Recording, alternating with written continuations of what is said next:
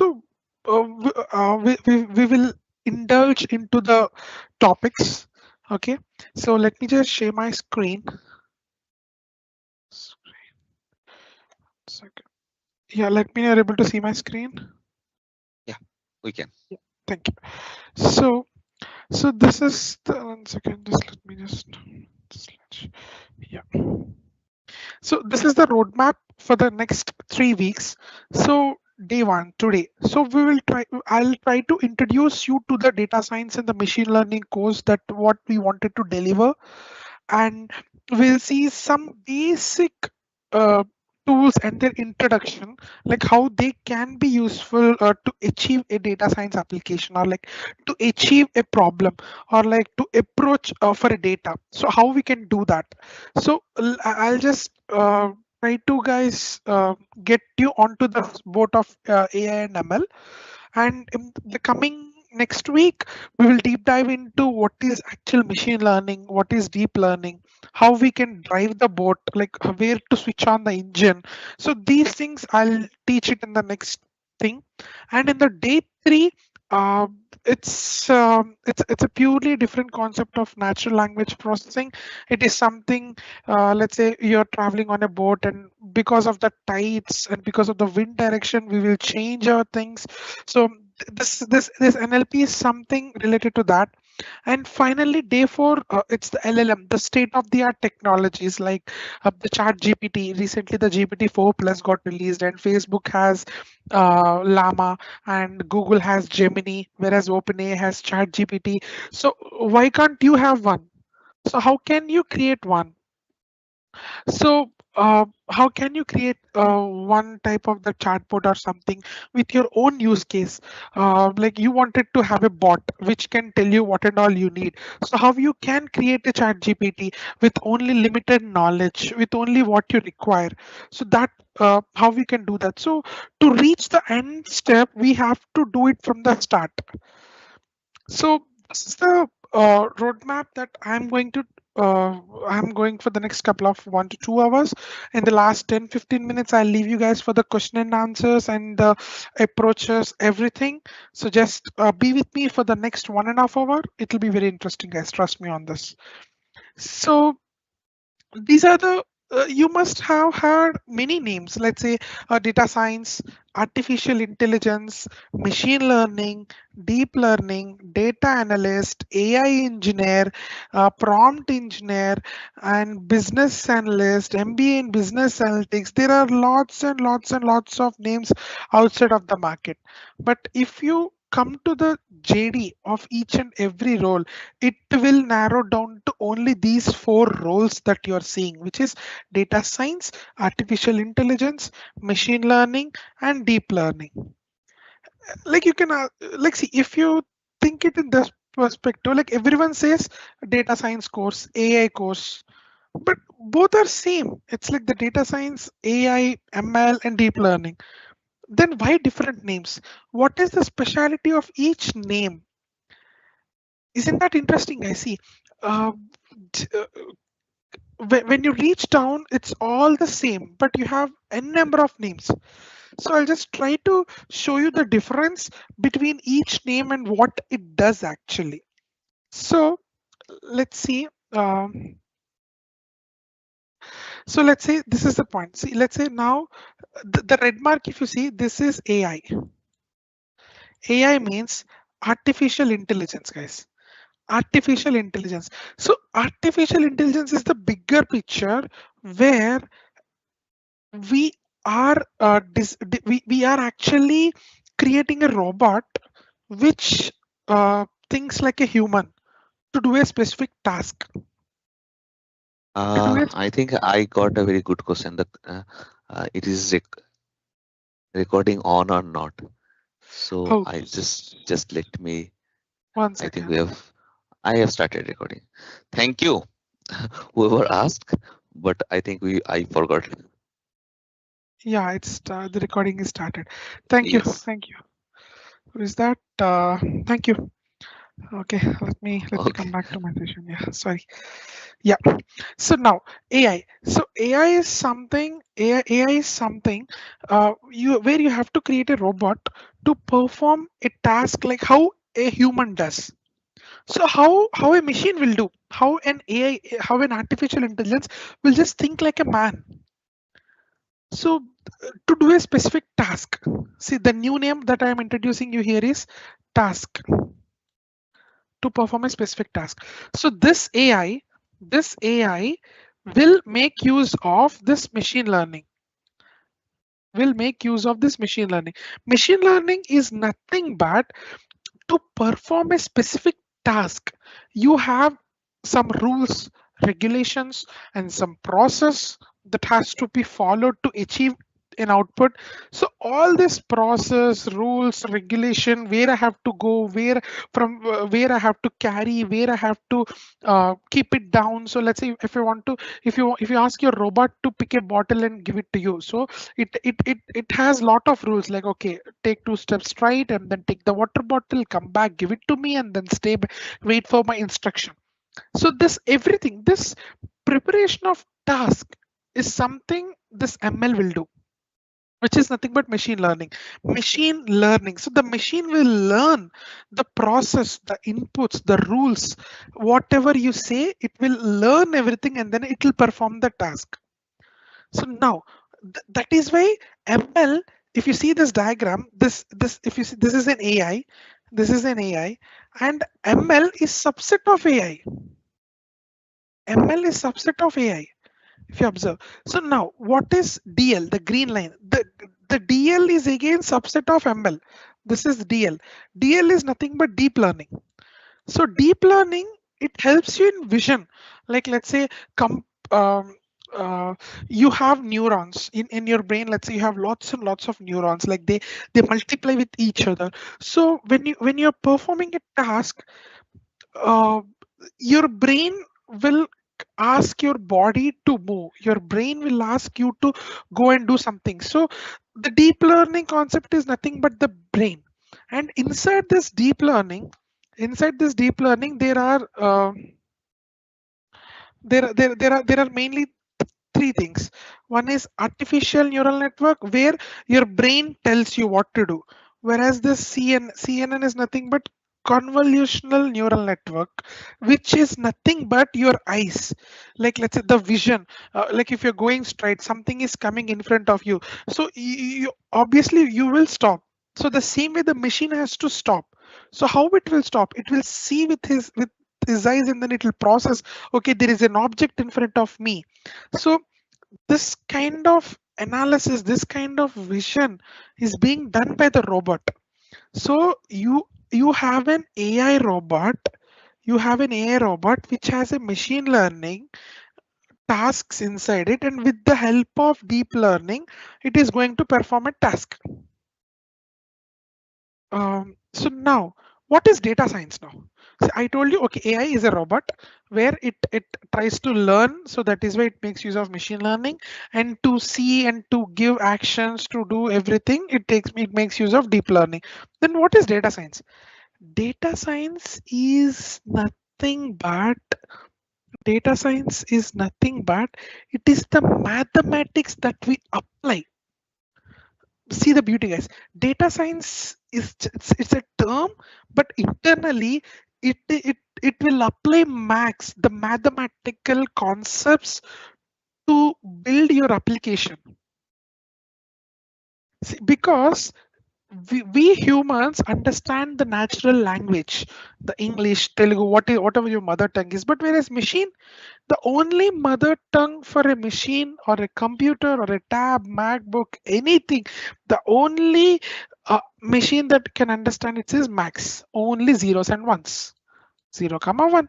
This only these are the two numbers that a machine can understand, the original language. So now how do we process these then?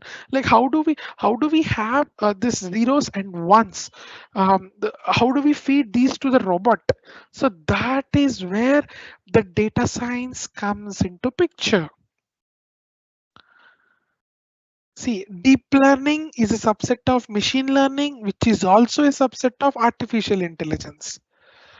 Did you guys get this picture? The broader this is the complete picture of different names that you hear in the market.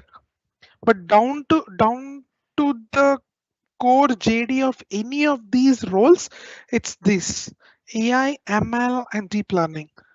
And data science is a mathematical process that applies to build an AI, to build an ML, to build a deep learning. You need data science, which is you need mathematics, you need probability, you need linear algebra, the 10th and 12th max, the basic core. Okay, so now isn't that interesting, guys? See the beauty now. See, um, what makes this data science is truly fascinating is like it is able, its ability, basically the machine ability to uncover the hidden patterns and insights from vast amount of data.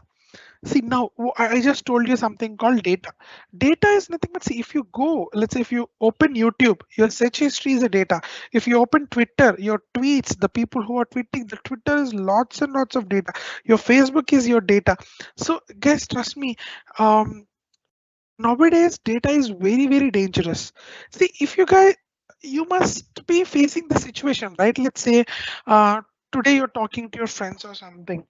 Okay, let's say you're talking to your friend, you guys are discussing about, let's say, a TV, or let's say Amazon Fire Stick, or let's say shoe, or a shirt, or any brand, anything. I'm damn 100% sure the moment you discuss with your friends, or over the phone, or over face to face, sometime on that day or maybe the next day, when you open your Instagram or Facebook, you will get suggestions to buy those. That's how, that's how the data, that's how the AI is in the present world. It's very dangerous, and your data is the main weapon that AI uses on you. Like, let's say if Now, you have then my yeah, I'd yeah, like to add one more my experience. Correct me if I'm wrong.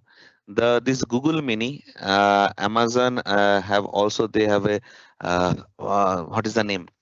I Alexa. think Alexa. Yes. Yeah, correct. So that is very dangerous because this when you have this kind of device in your house, actually that thing is always listening whatever Yes, conversation is doing. yes. I was about to say that. That's why, like, whenever you speak in home about any product, you'll get recommendations in Amazon when you open Yes. Amazon app, because Alexa is hearing, the Google Mini is hearing, your WhatsApp, your WhatsApp chats, everything. Google says it's encrypted, but it's all your data is everywhere.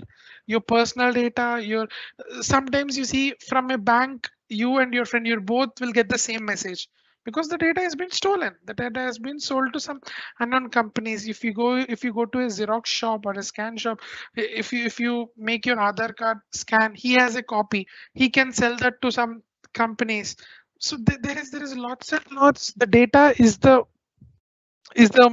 major for AI. So with that data, like, what can what can a machine can uncover the truths behind the data? How much recommendations can it give? How much business it will create? How much automation it can do? And let's say, and with that, this data science, it's an intersection of statistics, computer science, and obviously, if you pick a domain expertise, and combining these three with the data that you have, you can create a data driven decisions and predictions which will help a lot. So this is the beauty, this is the interesting part, this dynamic nature.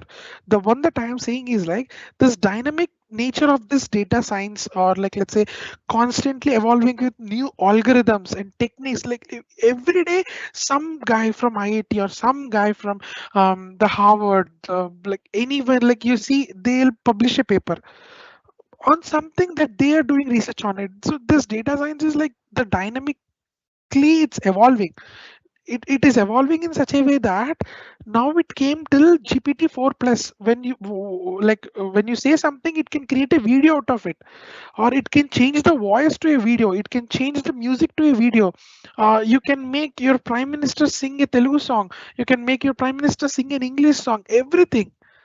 It's all starts from the basic max, guys. To understand, let me tell you this: the basics, the basic max, the basic machine learning concepts are the key to go to that factor. Like you don't know anything, is just rightly go and let's say I want to learn prompt engineering, I want to create those. You cannot. All you can do is by heart the codings and then do it, but you cannot understand the real concepts. So trust me, if you want to be a real data scientist, if you want to be a real prompt engineer, you have to be very very passionate about the data, and you have to be like enthusiastic to learn, because when it comes to Python or when it comes to building a real world applications, it's a matter of 3 to 4 lines of code, that's it. But what happens behind the 3 to 4 lines of code is a 10 pages max answer. The mathematical derivations, the mathematical graphs, there is a lot of analysis that has been done behind those 3 lines of code that you write in real world application tomorrow. This is what makes in AI. Like it's far more dangerous, as Elon Musk says. Um, it's a far more dangerous than what you guys think. But trust me, if you work on this, if you sit on this, people says AI can remove jobs, but if you are the one who is developing in AI, no one can remove your job. That's the beauty of this, guys. So basically, as I said earlier, like as the name suggests, artificial intelligence can be loosely interpreted like to mean incorporating human intelligence to machines. The one that I'm just talking. So whenever a machine completes a task based on set of stipulated rules that solves problems, which we call it as algorithm. The machine learning, the one that is said, like which takes the process, the rules, everything, it has several algorithms inside it. We call it as an intelligent behavior. That is also an artificial intelligence, because machine learning is a subpart of artificial intelligence. So for example, let's say I just gave an example, like let's say such machines can move and manipulate objects, recognize whether someone has raised a hand or solve other problems. So this kind of, let's say you give an image and detect a face, or you give an image and say like there is a number plate. So these type of uh, object detections, this type of automating the processes, everything artificial intelligence will do. So now, what is machine learning? So I told you, right? Machine learning is a subset of AI. Correct. So now I'll just give you an example. So let's say you have a data. This is your data. I'm saying just this is a data one, and let's say I'm having one more thing which is called a data two. This is your second data. So now let's come here. This is the text file. This is a CSV file. You have your data. So now in data two, you have all these rows. You have rows, columns. So you have rows and columns, everything. Whereas in data one, it's a Amazon product review or movie review. It's a simple text. It's a simple plain text. Okay, the product is good. The product is bad. This product is good, but for not for use. Like this, you have this data in this. You have here. So if you see, try to answer me in the chat. Um, which one is structured? Data one is structured or data two is structured? Second, I can access to the chat. One second. No, no, 1 second. Sorry. I think Oops. they can just answer the unmuting their microphone, or Yeah, yeah, else yeah. Guys, can you guys tell me? Okay, I lost it. 1 second. Let me do it for you again. So this is the data one, and this is a data 2,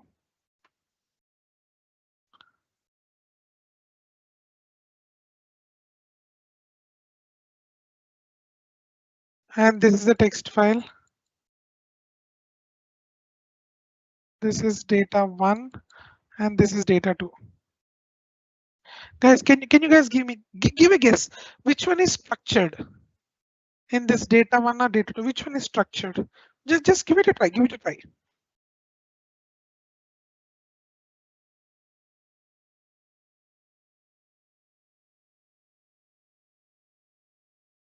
Guys, Data two. sorry, Data two.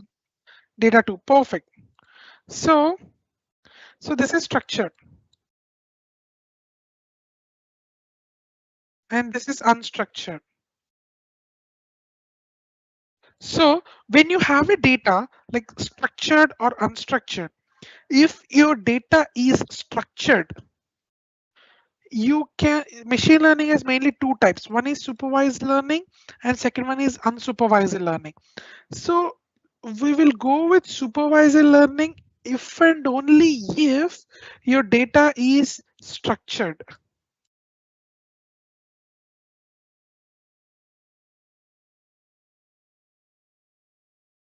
And you will go to unsupervised learning if and only if your data is unstructured.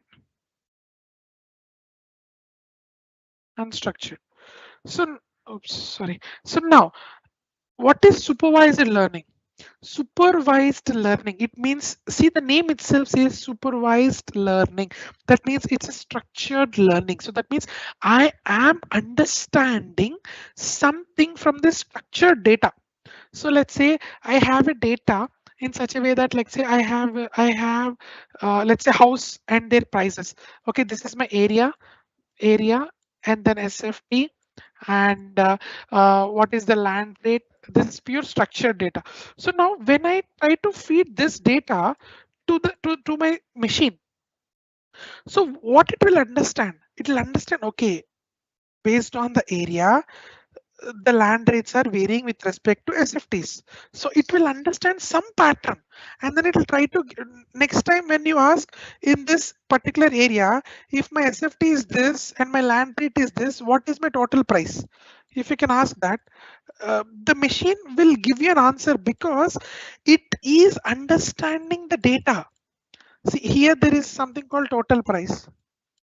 There is something called total price, let's say, something called total price, let's say. So now machine will understand, okay, based on these rows, it will tell you what is the total price that it can get.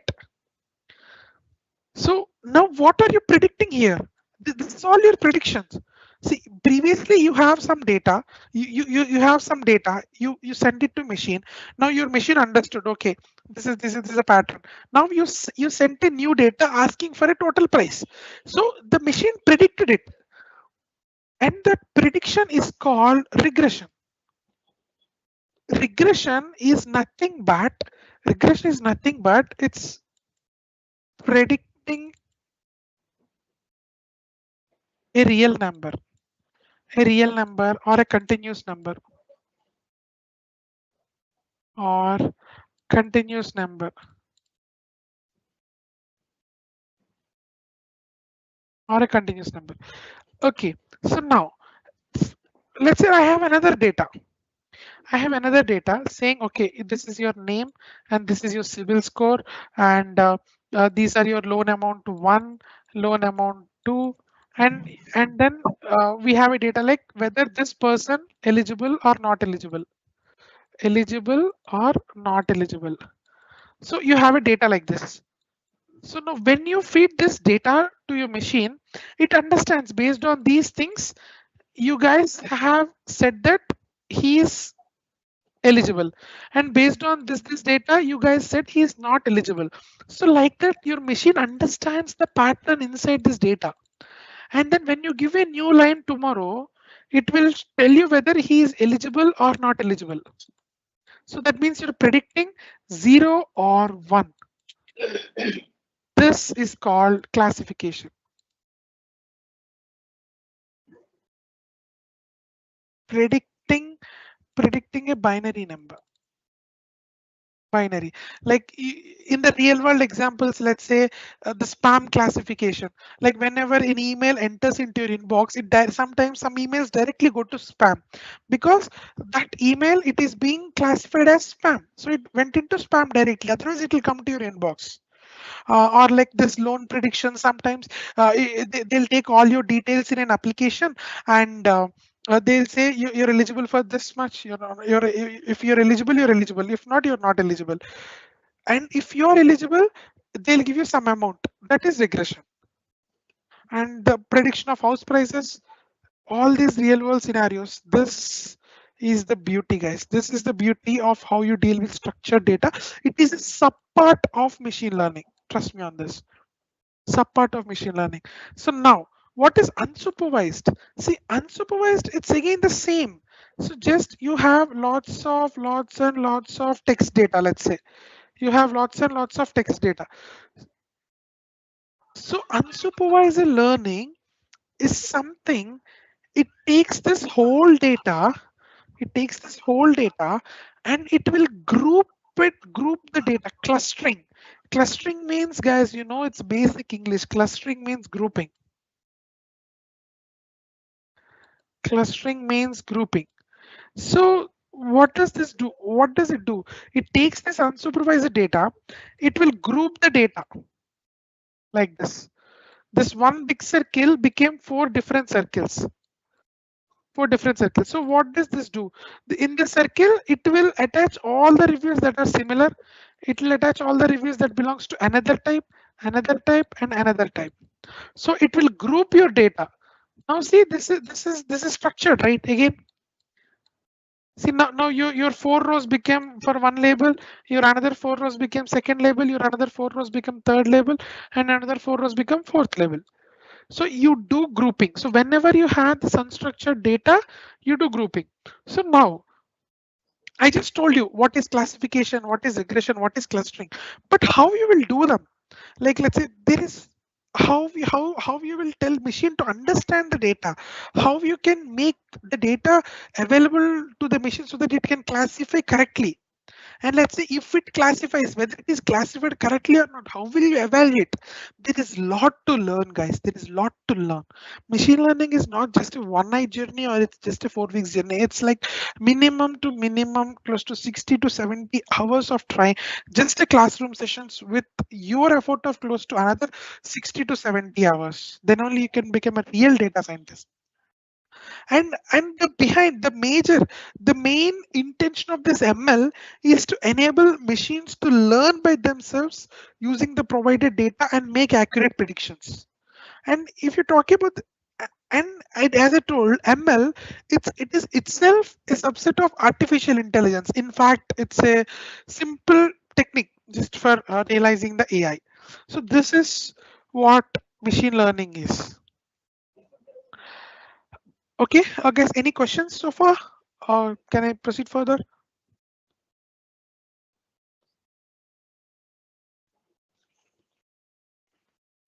Uh, are you guys fine? Like you're okay with my pace, and you want me to uh, take a pause and bit slow and then proceed? Just feedback, just any feedback or any comment can help, guys. Just motivation for me actually to teach. Yeah. Guys, you can unmute yourself and then speak. I think it's fine for me. Uh, anyone, if they feel any, we need to change the tempo or the speed, please. Tanmay, I'm Devashish here. Can you Yeah, hear yeah. me? Hi there. Yes, I can hear you, Devashish. Yes. I had a question. Like you were saying that the text, which is an unstructured or rather not Yeah, predictable sort of yeah, thing.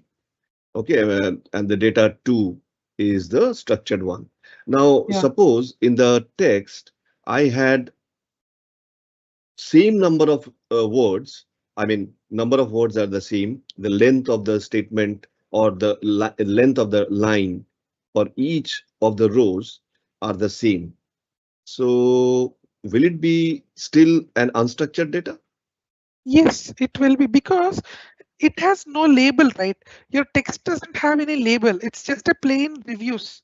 Even if the reviews of 100 lines of the same lines, still you cannot make any, like, you cannot map it to a particular column and then say, boss, this is my data, and then what you wanted to predict, either it is a positive review or a negative, Okay.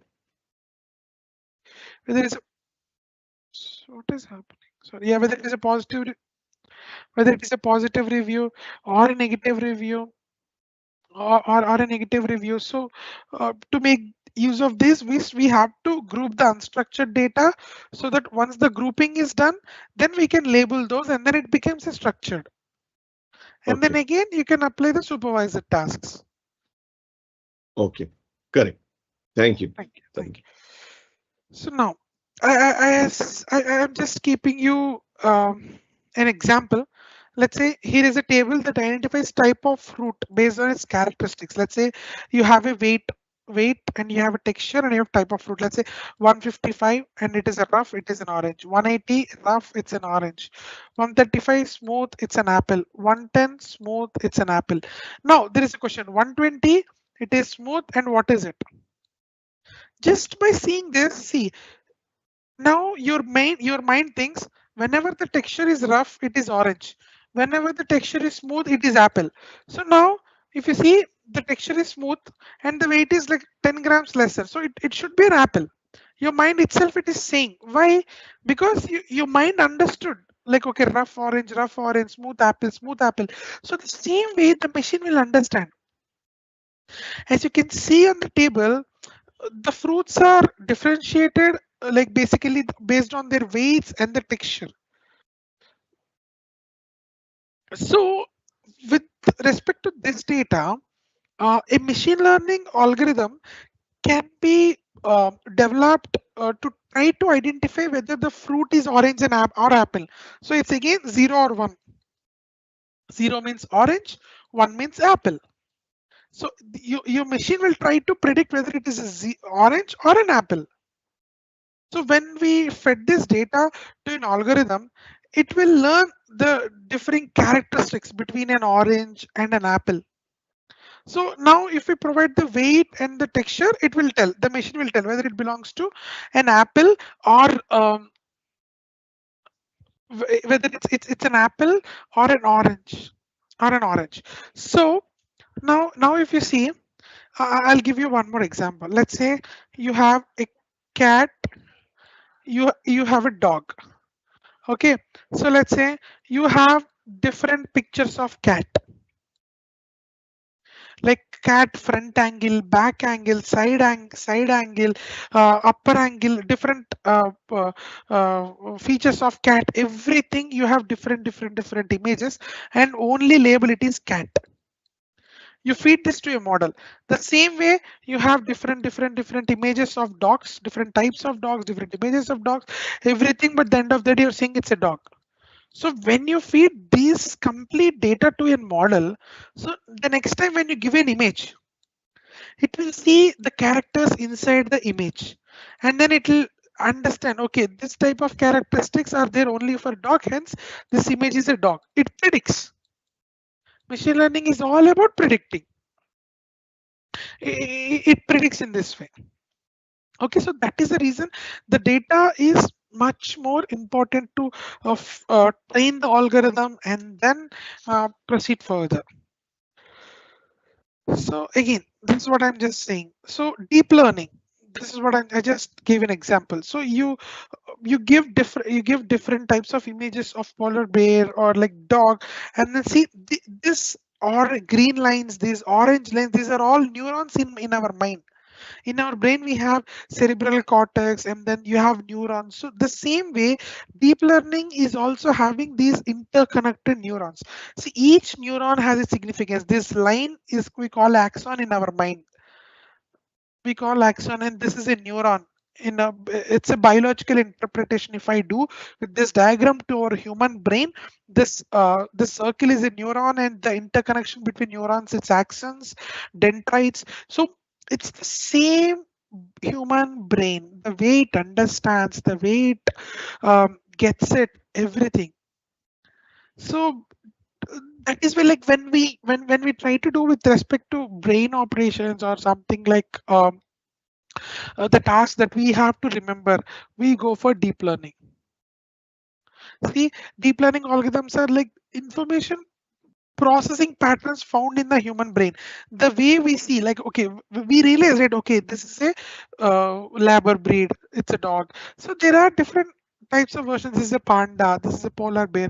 So just like we use our brains to identify patterns and classify various types of informations, deep learning algorithms can be taught in the same way to accomplish the same task for machines, for identifying objects, or for identifying a process, or for identifying if the pattern is matching or not, any, for all the things. That's where deep learning comes into picture. So now you understood, right? AI, machine learning, and deep learning, each has its own subparts, each has its own different processes, each has its own type of codes, each has its specific task to do. Combining everything, you have your AI application. Okay. So now, again, as I said, data science. Now, where this data science comes into picture, as I said earlier, data science is a field about the scientific methods and the process and systems to extract knowledge. Like, let's say, from data, you can extract a lot of information from data. Let's say, let's say you have a population. You have, let's say, 10 people's name, age, height. Okay. So now you can get information like what is the minimum height, what is the average age, what is the maximum height, what is the maximum weight, what is the minimum weight, what is the average weight. So what type of people are these, what group they belong to. So these many kind of informations that you can draw from a raw data of 10 people. So all these fields are useful, and then like how you get this average, how you get this min, max. These are all statistics, and these are all mathematics that we apply, which will help to build algorithms in machine learning or in deep learning. Okay, so now with respect to the analytics, this is a graph that I have taken from 2016 to 2018. It was like there are n number of data science jobs, but no one knows what is data science, and no one knows how to do it.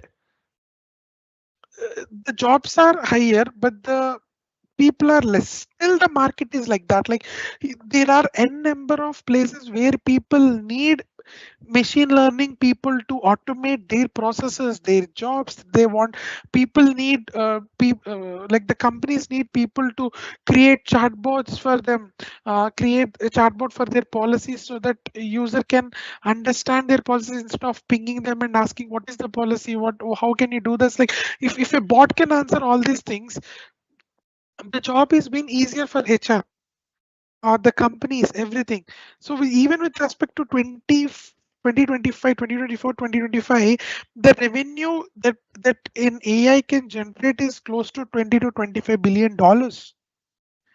Because I'll just tell you a simple example, guys. Let's say you go to a hospital, you took a treatment. So now you want it in a US, it's purely insurance form. So let's say I actually worked on healthcare domain, so I'm taking an example from that. So let's say uh, you have submitted a claim to take the money from the insurer. So what you will do, you have a proper page with all the fields written, be it an electronically typed or a handwritten, be it anything. It will tell you who doctor, who, which treatment did you go for, who's doctor treated. So all these things. So the insurer will take your claim and he will give it to his employee. So the employee checks all your things and they will process your amount. Okay, this is the case. So now, what if you automate, let's say, for a person to do this job, the one that I just said, like go through your documents, approve it, and then give money to you. He takes, let's say, $8 to $9 per one claim. $8 to $9 per one claim he has taken. Now with data science and machine learning, what if you automate this complete process and say whenever you get a claim, whenever you get a claim, you take all the data from it, and then you with the previous data you run your machine learning algorithm and then say whether this claim is an accept or reject. So when your data science model gives you a decision of accepting, then you go ahead and you pay the money. Now you're saving $9 to a company per one claim. If your automation rate is increasing, the company that has to pay to the persons is reducing. So the revenue for the company is increasing because the outgoing is stopping, right? $9 per claim, it is stopping. And your machine, like you spend some $20 to build a model, and the $20 is saving you almost close to 1 to 2 lakh every day. See the beauty. That's how a data science or a machine learning model or a chat GPT model can give you $1 billion, can generate a revenue, can if they automate all the tasks, it's super. So the major skills that are required for you guys is with respect to data science, as I said, mathematics is the main key. Statistics, I mean, obviously it comes under max again, and then domain expertise. It comes with the domain that you go in. It's but that holds a major part because with the domain expertise only you can build insights from the data so that you can teach your machine to think in that way. And obviously some programming language, be it a Python, Python for data science and machine learning, this data science, data pre-processing, how we can extract the data from different websites, data mining. So all the skills that you must acquire to become a real world data scientist. Trust me, guys. Trust me on this. This is how uh, it works. Whenever you go to an interview tomorrow, if you take any interview, be it a Java developer, be it a DevOps, they will ask you like what you could have done in this situation, what you could have done, explain me the process. But the data science interviews are not like that. They'll ask you about what is the approach that you take to teach the machine, why you have selected this algorithm, why not that other algorithm, why you have not gone for deep learning, why you have stipulated your task with machine learning, what is the mathematical approach that you have taken to perform this task. So these are the types of challenging interview questions that you get. So this is how a data science life cycle looks like. So first, you can start at any point. See, first you have to understand the business understanding, what you have to solve, and then once you get to know what you have to solve, then you'll know what type of data you need. Then that there comes your data collection. Okay, if it is in SQL, like how you connect to the SQL database and then get the data, or if it is in a website, how do you extract the data? So everything. So once you get your data, you have to prepare the data. There is lots and lots of noise. There is lots and lots of null values, blank values. There is data is totally corrupted, but you have to prepare the data by cleaning the data, by replacing the values, by adding meaningful features. There is lot of things that you can do and then prepare the data. Once the data is prepared, exploratory data analysis. So explore the data by putting the data in a graphs, in a dashboard. Just you have to be in such a way that by seeing the graph you have to tell a story with the data. You have to draw a own story with the data, like let's say, okay, the sales are increasing year by year, and in one department it is being reducing. So these type of exploratory data analysis you have to do, and once it is done, you'll get to know what are your input variables and what is one thing that you wanted to predict. The one thing that you wanted to predict, you call it as a target label, and what and all you have, these are all input variables. These are all input variables, and this is your target label. So now you do the modeling. I mean, you train your models, be it any model, and then once it is done, you have to evaluate your model, and then you deploy your model. So once you deploy your model, tomorrow, after like 1 month or 2 months or 3 months or 4 months, your model is doing well, but suddenly it stops doing because there is change in your input data trend, or there is change in the business rules, something. So now you have to repeat the complete cycle again. That is why this arrow mark never ever ends in the data science life cycle. So that's the beauty of this. It's a continuous evaluation process that you have to do each and every time. So this is what I want you guys, like, you have to work hard. Let's not fool ourselves by thinking that we can get through this course with a minimal effort. This is so not true. We should keep 15 to 20 hours per week apart from the class. Like, I can teach only 2 hours a day. Like, if you like, after this webinars, like, there is a batch starting. So I can teach 2 hours a day, but you have to go through this 2 hours class and then solve each and everything that I'm giving in the class. Then only you will adapt yourself to the course. See, each of us have a different strategies in learning. Like, let's say, for some people, they'll just learn the concepts and then they'll leave it, or sometimes some people, they'll go with the flow. Like, there are things, but trust me, to learn something or to achieve something, the one thing that you require most is patience and hard work. There is lot of hurdles that you can get, but with the patience and whatever it may come, you have to sit and finish. With that mindset only, you can achieve and you can become a real data scientist. So this is what I wanted to tell you about, like, the ML, the data science. This is just a demo class, and whatever I just said, there is deep diver in the regular classes that we are going to start after this 4 week webinar. But trust me, this is how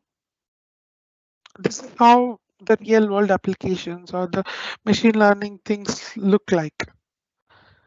Okay, so with this, I'll just take 5 minutes, and then I just want to know if any questions that you have, uh, because for the next 1 hour, I'm going to tell you guys, like, basics of Python and basics of Python modules that help uh, uh, to build data science. I just want uh, to start that.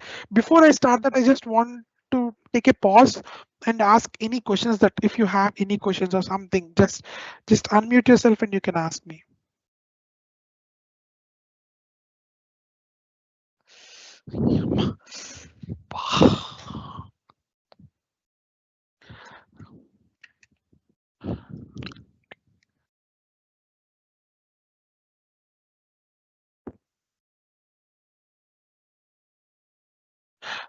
Someone is asking, are you providing internship certificate for it?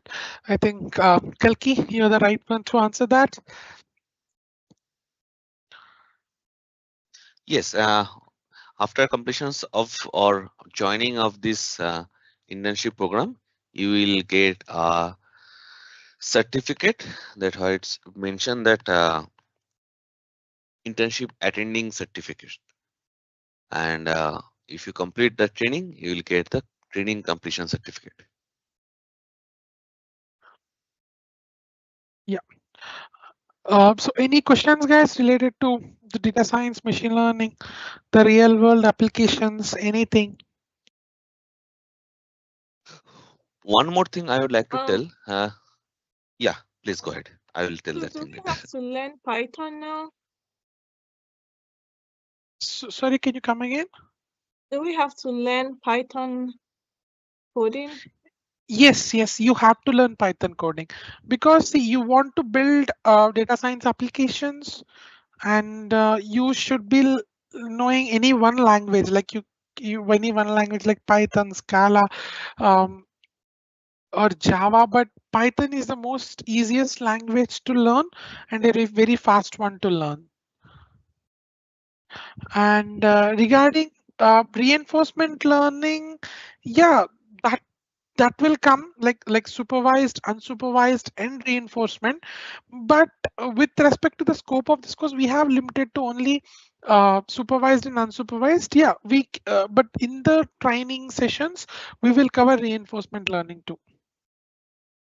Because again, as I said, no, reinforcement learning is something that came in the recent years as an evaluation of the thing. So Now here we need to also understand this total 4 weeks, like 4 weekend session, we have only 8 hours.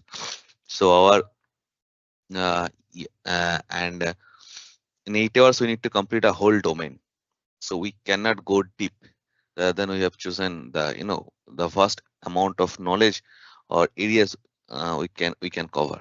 But our main training, where we have like a 60 hours live session followed by hands-on live session, live project practice, where we do have a lots and lots of scope where we can deep dive on more data science related tools and technologies.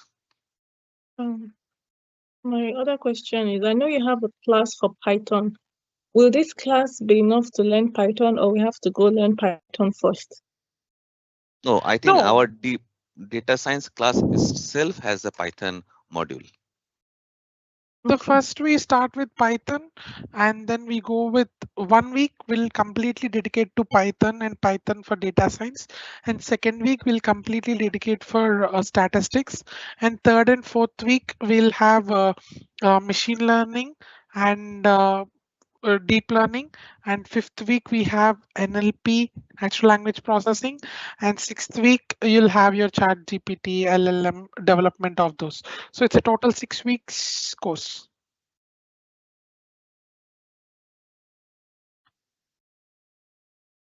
Okay, so I think no more questions. So let me just take you guys to the basics of Python. I'll just let me just share my screen.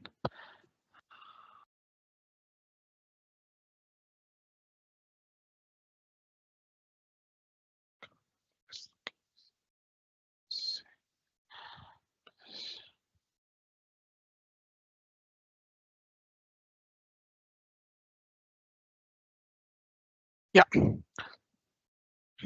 So what is Python? Python, it's a basic uh, language, programming language. Very easy to learn. Trust me on this. So, what is happening? Yeah. So it's a Python is like something. It's a popular high level programming language like used in various applications. Various applications like you can use Python for full stack development. You can use Python for cybersecurity, blockchain.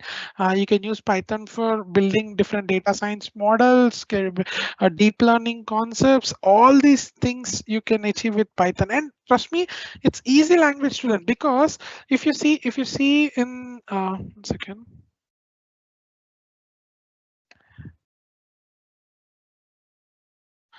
Okay, 1 second, guys. I think there is something wrong.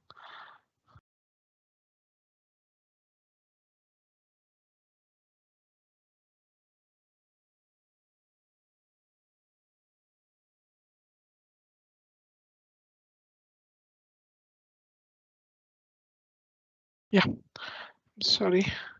Sorry for the delay. 1 second. There is some which I'm saying.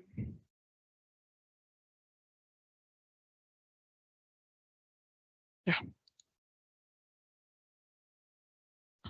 Yeah. If you see in let's say in C language or in a Java language, I have to write something like hash include std io.h, and then you have to write open brackets, close brackets, and then print hello world.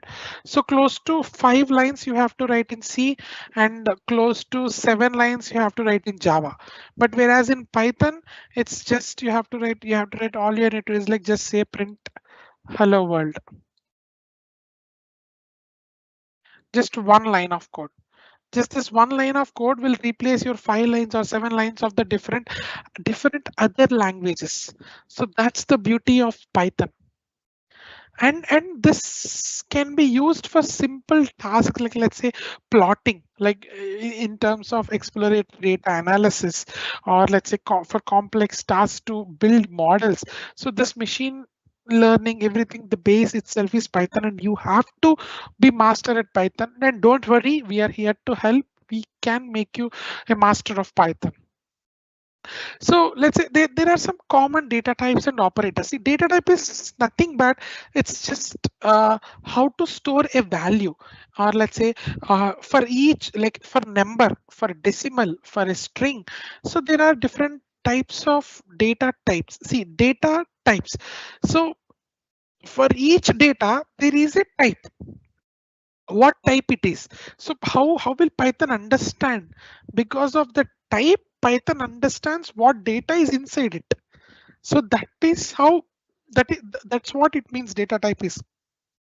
Because it, data type is nothing but it's classifying a value and determining what operations can be performed on it. Like, let's say all objects have a data type and all. So now if you see bool means boolean value, it's zero or one. Integer means like 1, 2, 3, 4, 5, and so on. Float means 1.2, 2.3 with decimal values. List means it has square brackets, and inside that you have any numbers. And tuple is with closed brackets. I will tell you each and everything, why we need list, why we need tuple. You have to, what is a string, and set, dictionary. So these are all the data types that Python supports. And if you see, there is a for operators, like you have mathematical operator like plus, minus, division, floor division, and then you have greater than, you have less than, you have greater than or equal to, you have less than or equal to. So these are all the operators, like how we compare, no? So with Python we can do all these things in the coding itself. I have attached some YouTube link, you can go through this later to understand mainly. So these are the common data types and operators. Like in operators also you have many things like logical operators, or, and equal to, not equal to, and then and, or. These are all the basic operators, like you guys must be knowing all this. And in data types also, like with respect to each programming language, you have a set of rules to define each parameter. Let's say in Java, you have to say int a equal to, or in C, you have to say first int a declare and then a equal to. But in Python, you just say a equal to 4. By default, a will be taken as an integer data type.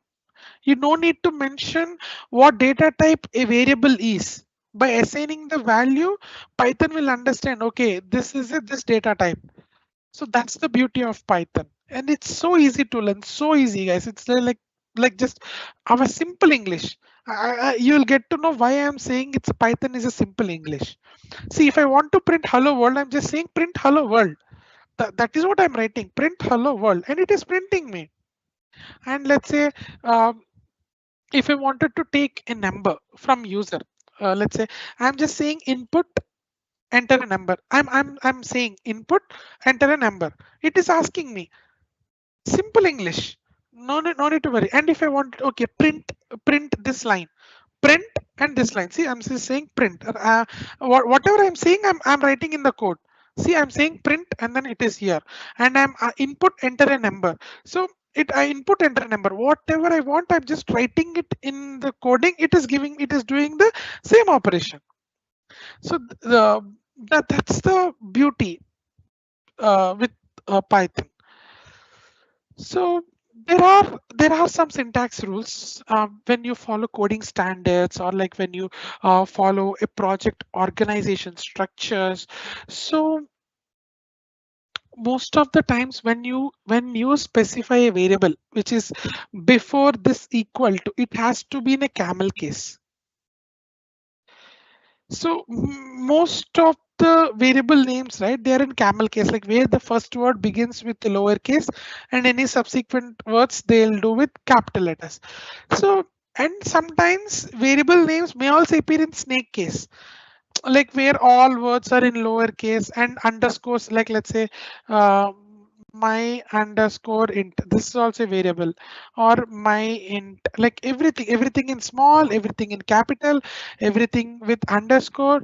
So there are different rules, but based on the structure, based on the coding standards that your organization is following, you can make use of those. But trust me, anything will work. You give capital, you give small, you give camel case, you give snake case. It doesn't matter to Python. It just understands, okay, this is of this data type. Okay. Is somebody speaking? Somebody wants to ask any question? Uh, Okay, fine. So now, what is a function? So function, again, function. It's again, I'm saying it's simple English.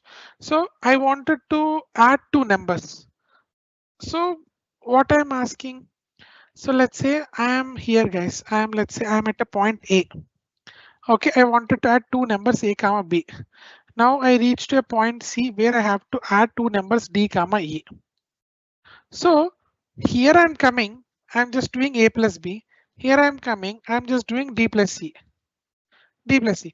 But what if I write something like what if I write something like let's say um, what if I write something like, let's say, add P comma Q and then P plus Q. So if instead of adding every time, I have defined a function which add two numbers. So wherever I am, I'm just calling this function. I came to see, I'm just calling this function. So with this approach, what we have achieved? We have reduced the lines of codes and we have kept it in one place. And wherever you go, you're just calling that, because here also you're doing the same operation. Here also you're doing the same operation. Tomorrow you'll go to some place and do the same operation. Instead, you keep this at one place and wherever you go, you just call this. It will give you the answer. See, return A plus B. So each and every function, it has a return. That's it. That's the basic syntax of function. So now, how do you call a function? As I said, no, see, for add 1 comma 2, add 1 comma 2, like I just told here, add P comma Q, add A comma B, add D comma E. So you're calling the function. See, calling a function and then defining a function, calling a function, defining a function, and returning the value. Returning the value. These are the three major steps that you can do. See, this is how you just call this function 1 comma 2 and then it adds 1 plus 2, it gives you 3. So now my value will have a value. My value is equal to 3. 3 is being stored inside this variable, which is a data type of integer. So with respect to this, there are different things like variables, objects, classes. See, just understand these differences. I'll just tell you. A variable is reference to a value stored in a computer memory. Like I just told you, know, like let's say a equal to 3. So this is a variable. So it is stored inside a computer memory. There's a computer memory. You have different things. So this 3 will be stored somewhere here, and this is the address of it. So variables can be stored in variety of categories like or data types. Like let's say this is an integer or float, and tomorrow it's a boolean, maybe true or false, or strings or lists or beat anything. So this is a variable. And object is nothing but it's a collection of data from a computer's memory that can be manipulated. I mean, you can change this data. Every variable is an object, so you can change a equal to 3 here you have given, and in the downline you have written a equal to 4. So when you say print of a, it gives you 4 because you have updated it, you have changed it. So the object is something, it's the collection of data, like you have this all data where you can change it. And methods or something. Methods means it's the methods are the functions used to act on these objects. Like mm, when I say methods, methods are the functions that uses these variables to perform tasks. I mean, like what they can do, like what my variable can do, what my object can do. So just understand the slight difference, guys. Variable, it's just stores the data. Object, it can store, it can change anything. Method, it makes use of variable or an object and perform some task and give you an another thing. That's it. So class is nothing but it's the collection of objects. So now let's say if you see you have a car, I have a car here. If you see this is a car. So now this is a car, this is a class. So now see this Polo, Mini, Bentley, Benz, Audi, these are all cars. So see Benz is a car. So car is the parent class, Benz is the product, child, understand? So now see, but what is the difference? See the color, the name, color name, they changes with respect to each child class. The instances changes because their properties change, but ultimately the engine, the structure, everything it defines as a car. See, that is a car is a collection of objects who share the same set of variables or methods. That's it. Same set of variables or methods, but the methods can change, but the variables can change, but the body cannot change, the steering cannot change, the brakes cannot change, the tires cannot change. So instances, they may share some of these, but there will be some differences. That is where class comes into picture, like keeping all these similar type of objects into one box, you call that box is a class. That's it. And if else statements, if else statements is again, see, I wanted to know, again simple English, I wanted to know, let's say uh, I wanted to take a number and I wanted to check if that is greater than 2 or not. So I'm just see the beauty, see the beauty. I'm asking input enter number. If my if my x is percent, okay, let me write here. If x is greater than 2, if it is correct, then this I'm saying it's a greater than 2. Elif, if x is less than 2, it's less than. Else, this is not a number at all. So you're just checking. See, I wanted to know if my 2 is a, if my number is greater than 2 or less than 2, or if it's a 0. So just use if else statement. If my x is 2, just let me know. If my x is greater than 2, let me know it is greater than.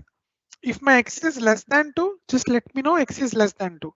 If it is 0, then just tell me it's 0. So here most importantly the operators. See, equal to is for equal to, not equal to means if x not equal to 2 means it's if it x is not equal to 2, then only it will enter inside. This is the beauty, guys. If your if statement is working, if this statement whatever you write next to if this is true, then only it will come inside the loop. Otherwise it will go to elif. It will check whether this condition is true or not. If this condition is true, then only it will enter inside. If this is also false, then it will come to else and then it will print whatever it is there in the else. Else is like the last block. Else is like a last block. Let's say if the statement is matching this, it entered into this. That's it. The code ends here. It will not go to elif or else. The code will say this is an even number and the code the program ends there. It will not come back and then check for elif or else. No, it won't do that. But if the first if condition is not matching, then only it will come to second elif. If that is also not matching, then it will go to third elif. And then if that is also not matching, then finally it will come to else. If the first statement itself is matching, the rest of the program won't work. That's the beauty of if else statements.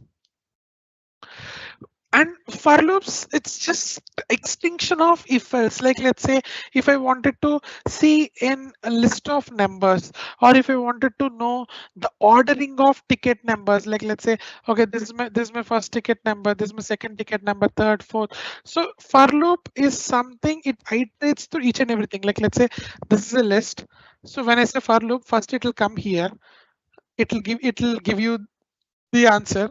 Next it will come here, it will give you the answer. Next it will come here, it will give you the answer. Next it will come here, it will give you the answer. See now, for x in range 0 comma 5 to 1, print my length. So 0 to 5 means the numbers are 0, 1, 2, 3 and 4.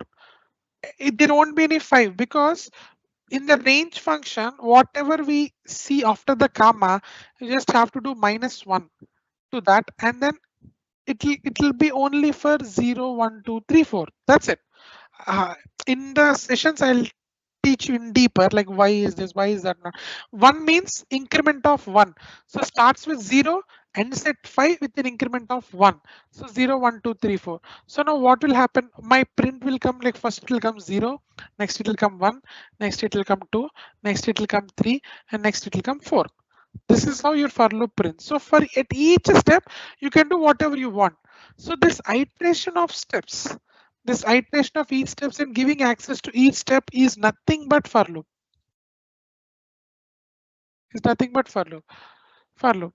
It cannot stop at one line. Let's say for I in like in if else condition, if the first if is working, it will not go to others. But in for loop, it will go till the end. Like if you have 100 rows, it will go to all the 100 rows. That is why we call it as a loop. Loop, the basic loop. So now, while loop, see the difference between for loop and while loop is, for loop is nothing but whatever the range that you have given here, it starts from that and ends still there. Whereas while loop is something, it will first check for the condition. If this condition is matching, then only it will come inside, then it will run continuously. It will run continuously till this statement becomes false. See now, here my x is 0. My x is 0. Now what I'm saying, print while x less than 5, while x less than 5, print mylint x equal to x plus 1. So my x is 0. So see, if you see here, 0 is less than 5. So it came inside. It came inside. Print mylint. So mylint number, let's say 3. Let's say 3 or something. So now it prints 3 and then x equal to x plus 1. Now my x becomes 1. Understand this case. Here my x is 0. My x is 0 here. So while x is less than 5, that means my 0 is less than 5, which is true. So that is why it came inside. And then here it is incrementing. Now my x became 1. Again it goes here. Now it will check 1 is less than 5, which is true. Again it will come inside. It will print mylint. Again the x is incremented. 1 plus 1, x becomes 2. Again it go back. 2 less than 5. Still it is correct. Then come here. It will print mylint. Now my x became 3. Now 3 is less than 5. Still matching. So again 3. My x became 4. Now 4 is less than 5.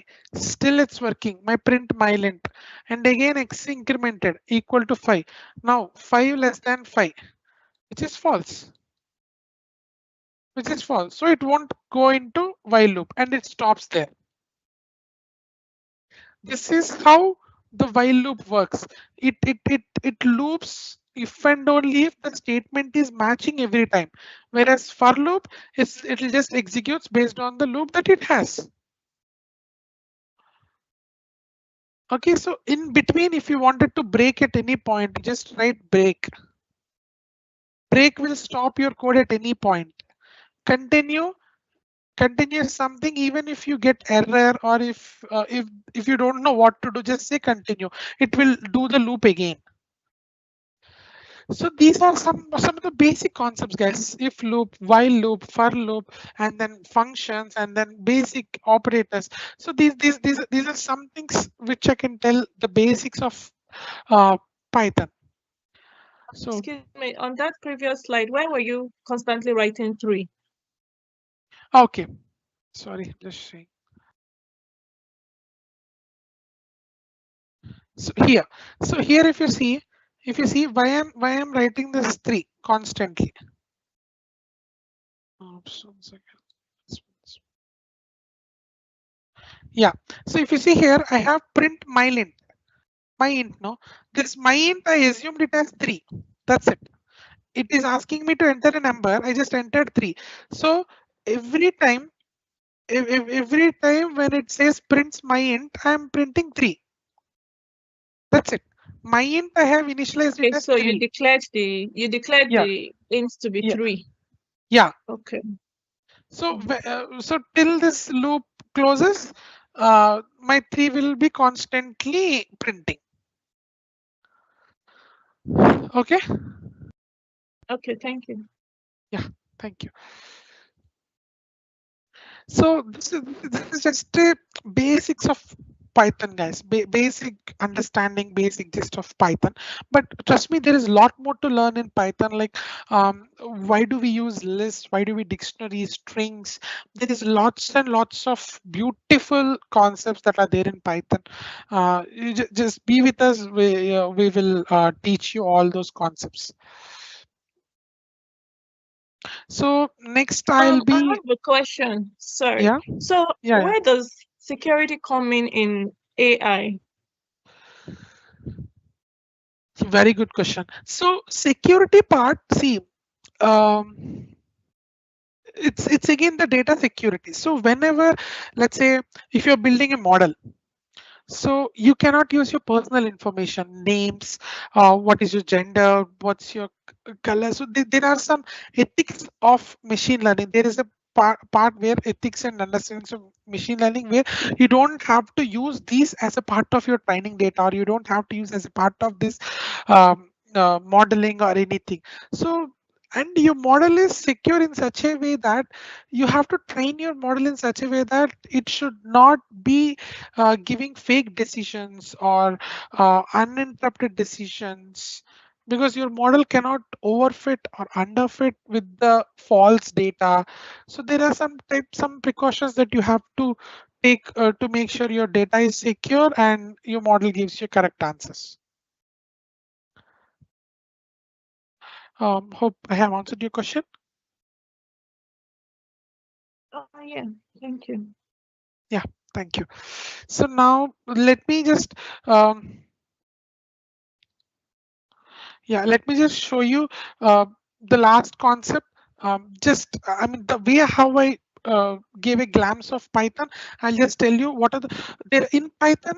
After you learn Python of all these basics, understandings, everything, you have to learn mainly 4 different modules, which are the base modules to write code for the data science or machine learning, everything.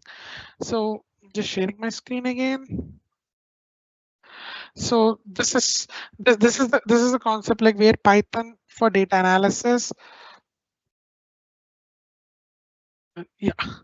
So now see, these are the main things. Like there are some Python libraries for data scientists, for reading the data, for selecting and filtering, for data manipulation, for sorting, for grouping, for rearranging. So these are all the data pre-processing that I have told you in the data science life cycle. And then next comes the plotting of data, which is EDA, exploratory data analysis. Even I have shown this in the data science lifecycle. And then the descriptive statistics, inferential statistics. These are some of the things that we have to do on a particular data to achieve insights, so that that will help us to build a beautiful model. So now these are the main libraries for me. These are the main core libraries for data science. Let's say NumPy, SciPy, Pandas, scikit-learn. So scikit-learn is something where all the machine learning algorithms are there, and NumPy is purely for NumPy is nothing but numerical Python. All the statistics approaches, everything you can do using this. And whereas SciPy, it's basically a scientific Python where you can apply some inferential statistics or those things. Pandas is something you deal with data frames, all those. So visualization libraries for EDA, there is Matplotlib, there is Seaborn, and there are many more things, but these are the main core. These are the main core. For chat GPTs, you have to use LangChain. For deep learnings, you have to use TensorFlow, Keras. There are a lot of libraries that you have to learn as a part of your data science course. So as I said, NumPy, it's nothing but it mainly deals with arrays, matrices, and as well as mathematical and statistical operations. And see, I told you, right? Um, at the end of the day, your machine understands 0 and 1. That's it. It cannot understand anything. It cannot understand data, science, name, A, B, C, D, nothing. It only understands numbers. So whatever you do in the front end, the coding, everything, it ultimately converts it into 0 and 1s only. That's the beauty part. So now SciPy is nothing but it's again like linear algebra. Like there are some equations that we have to draw. Let's say, see, this is a graph and this is the line, which is y is equal to mx plus c. So this is a straight line. So now tomorrow you plot your data. This is your circle data. You have your data. So now you have to draw a line which should separate the 0 points and 1 points correctly. So you have to draw this line using a machine learning algorithm so that you're predicting all the zeros this side and all the ones this side. So this kind of mathematical derivations, this kind of things that we do using the SciPy.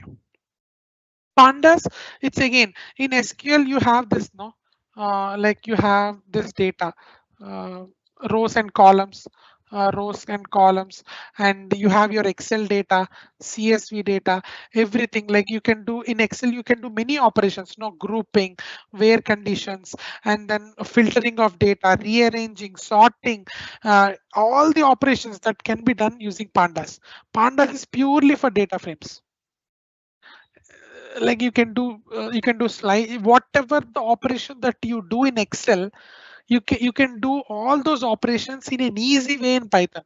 Just see you have to write lot of formulas right in Excel to perform something. In Pandas it's just a Python code, one line of code. All you have to do is like just pd dot read underscore Excel will load your complete Excel into a Python Jupyter notebook, and then it will do all the operations that we can do, just a normal coding part we have to write. Scikit-learn. So scikit-learn, it's something, it gives you machine learning algorithms. See, in machine learning, there are a lot of algorithms. Like I told you, right? In supervised, you have classification and regression. And in regression, you have something called linear regression. In classification, you have logistic regression and decision trees, random forest, and then bagging, boosting, and then support vector machines. So there are many things. So these all algorithms are there in the scikit-learn. So all you have to do is like from sklearn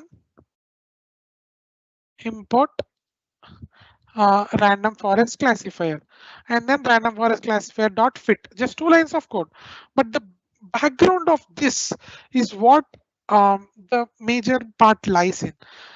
And if you see in the life cycle, I told model building scikit-learn uses, and the next is model evaluation. Model evaluation that also scikit-learn has, like from uh, scale from sklearn dot metrics. From sklearn dot metrics, import all the evaluation matrices, and then you can evaluate your model based on those.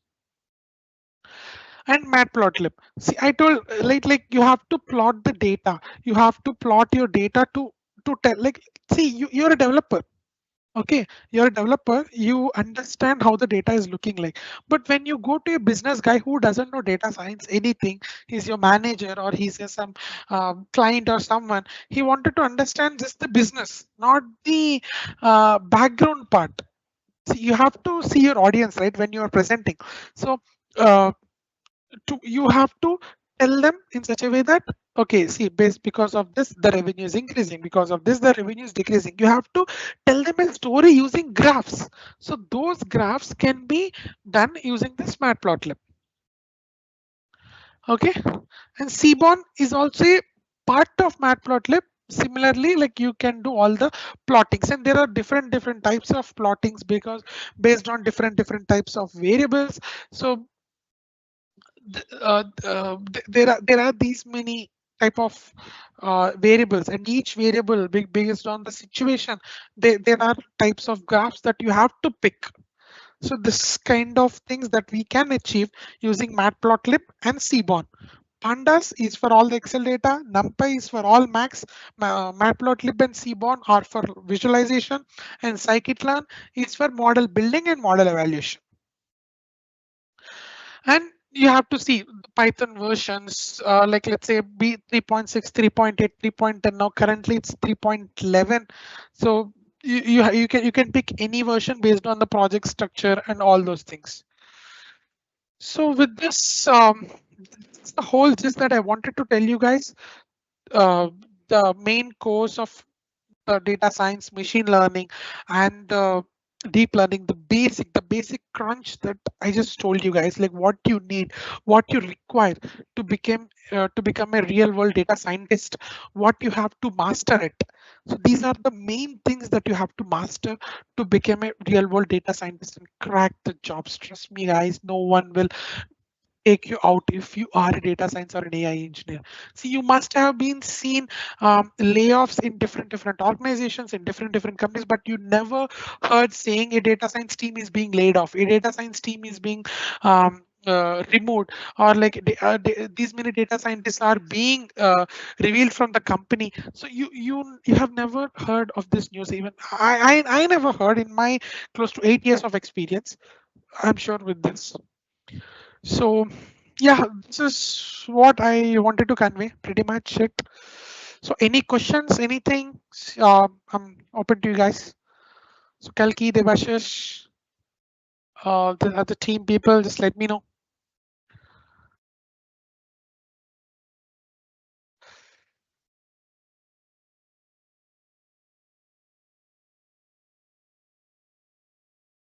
Tanmay, fantastic. I'm really, it was a very interesting, very engrossing session. Thank you for that.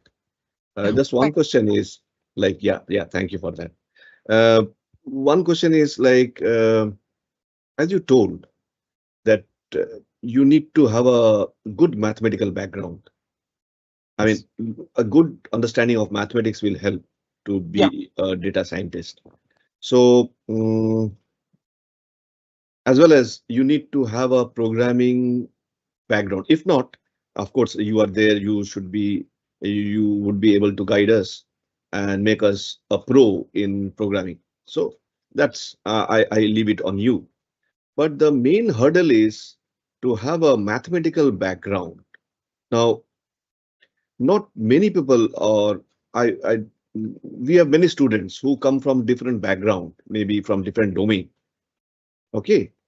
And basically you being a mentor, given that background that maybe not many, say out of 10, you may have hardly two or three people good in mathematical background, but maybe the seven guys that has also come to you to get that help to learn to be a data scientist or to learn AI. So what are the chances of them to finally end up being a good scientist without having a very good mathematical background or statistical, know-how? Just join the course. That's it.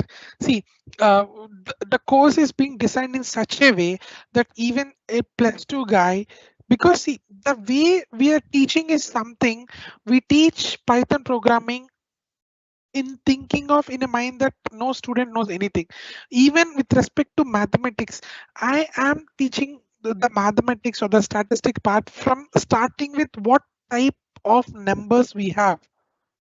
So how many Okay. types of numbers we have, and each type of numbers, what they will do, how they will look like, and what they can do. From that aspect, I am teaching.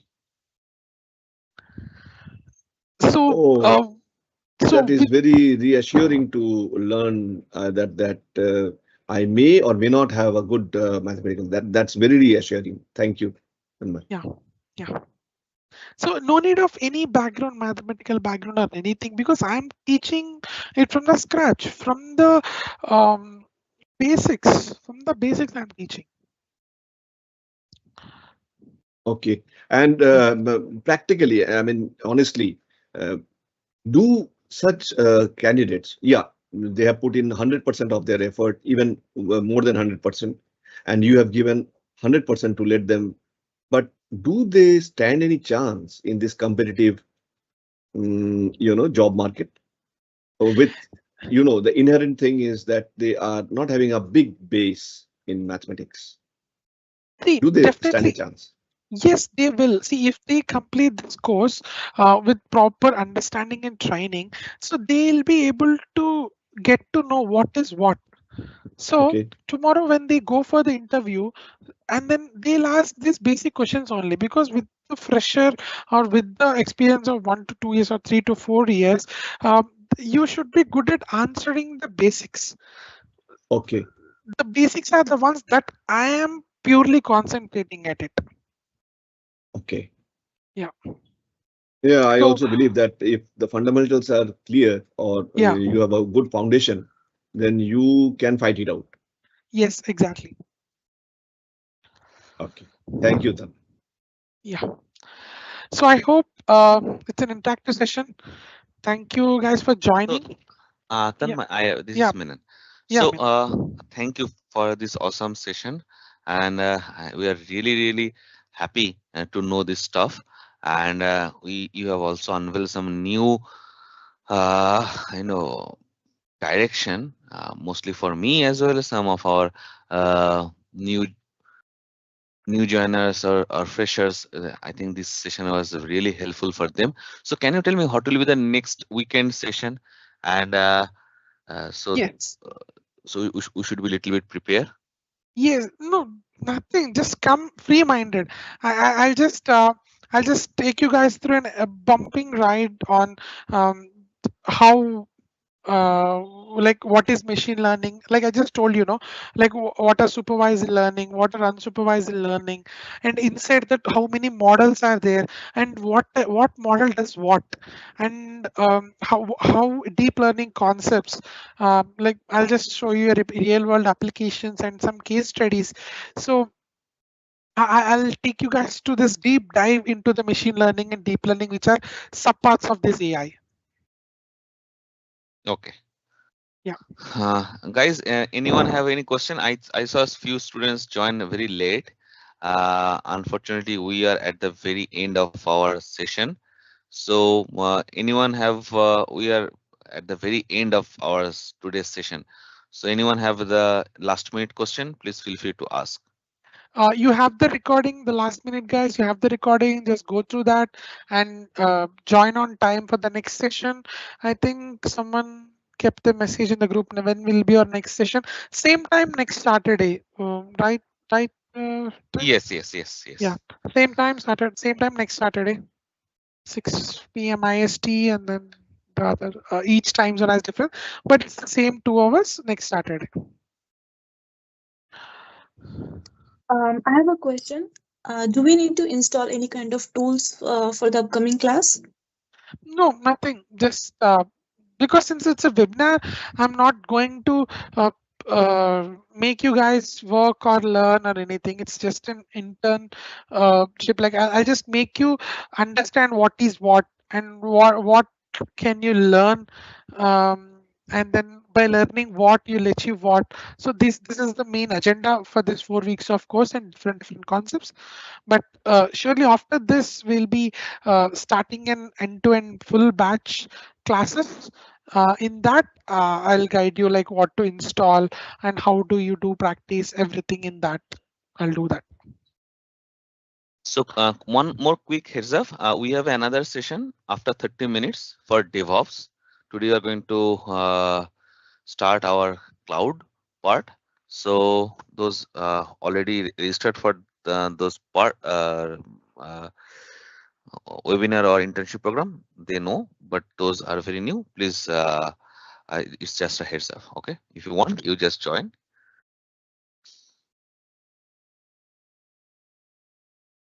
Okay then. Thank you. Thank you everyone for joining, and Thank feel you free guys. to have a great rest of your weekend. Thank you guys. Thank you. Thank you.